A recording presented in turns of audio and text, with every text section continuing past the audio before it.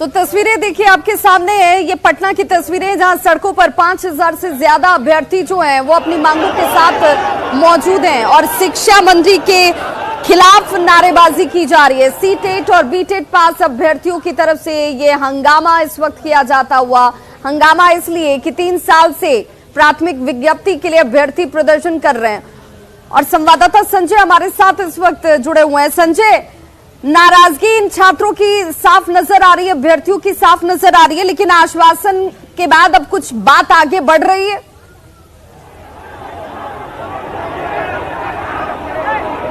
देखिए, सरकार पर वायदा खिलाफी का ये आरोप लगा रहे हैं। उनका कहना है कि सरकार इस पूरे मामले को लेकर गंभीर नहीं है और पूरे राज्य से हजारों की संख्या में छात्र पहुंचे हैं और ये हृदय स्थलीय राजधानी की डाकबंगला चौराहा जहां पर इनको बैरिकेडिंग कर रोक दिया गया है और फिलहाल यहाँ पर वाटर कैनन को बुलाया गया है। अभी से थोड़ी देर पहले काफी अफरा तफरी का माहौल हो गया था जब बैरिकेडिंग तोड़कर छात्र जो अभ्यर्थी हैं वो लगातार आगे बढ़ रहे थे और इनकी जो मांग रही है, इनकी मांगों को लेकर हम बात कर लेते हैं। क्या मांग क्या है?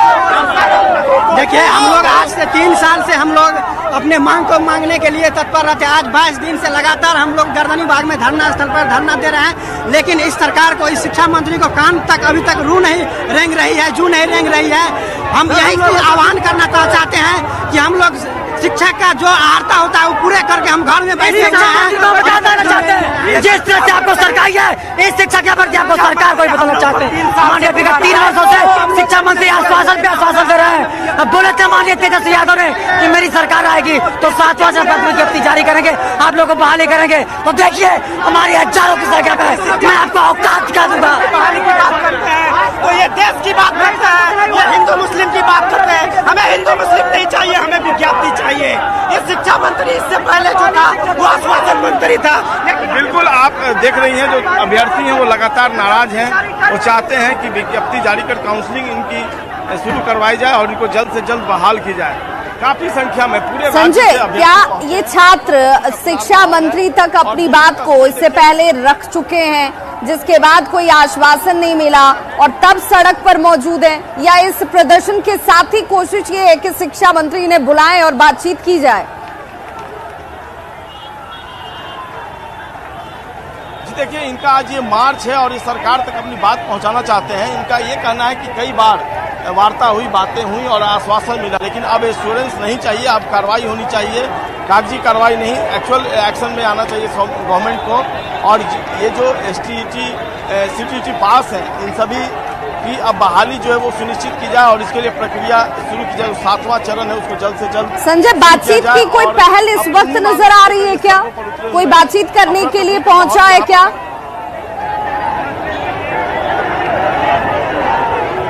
देखिए, अभी यहाँ पर law and order point of view से अधिकारी जरूर मौजूद हैं और एक प्रतिनिधि मंडल की कोशिश यही है प्रशासन की कि एक प्रतिनिधि मंडल को वार्ता के लिए भेजा जाए शिक्षा विभाग में और शिक्षा मंत्री या फिर जो अधिकारी होंगे वो उनकी बातों को सुनेंगे। लेकिन फिलहाल जो स्थिति यहाँ पर है उसमें लॉ एंड ऑर्डर को संभालना प्रायोरिटी है, चूंकि डाकबंगला चौराहा राजधानी का व्यस्तम चौराहा है और यहाँ पर अगर ट्रैफिक कंट्रोल से बाहर होता है तो इसका असर पूरी राजधानी पर पड़ता है। फिलहाल ये छात्र जो अभ्यर्थी हैं ये आगे बढ़ना चाहते हैं और पुलिस ने उन्हें जबरन यहाँ पर रोक रखा है, क्योंकि जेपी गोलंबर से यहाँ तक प्रतिबंधित क्षेत्र है और वहाँ पर वो घुस गए हैं और अब इसके आगे जिला प्रशासन हो या पुलिस प्रशासन नहीं चाहता है कि वो जाएं और बिल्कुल अभी स्थिति यही है कि इनको शांत कराया जाए, उसके बाद एक प्रतिनिधिमंडल सरकार के प्रतिनिधियों से संजय, क्या इनका ये प्रदर्शन पूर्व प्रायोजित प्रदर्शन है जिसकी जानकारी इनकी तरफ से दी गई थी और उसके बाद ये यहाँ पर मौजूद है?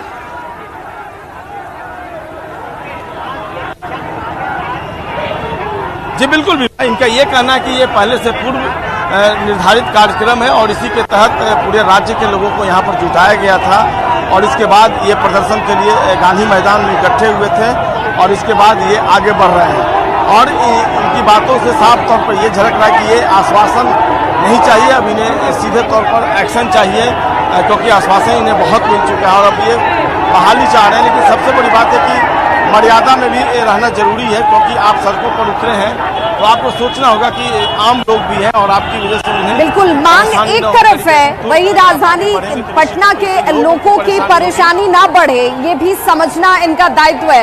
मांग को जायज तरीके से, शांतिपूर्ण तरीके से भी रखा जा सकता है। इस वक्त क्या हालात संजय आपको नजर आ रहे हैं जब आपकी मौजूदगी वहां पर है ग्राउंड जीरो पर?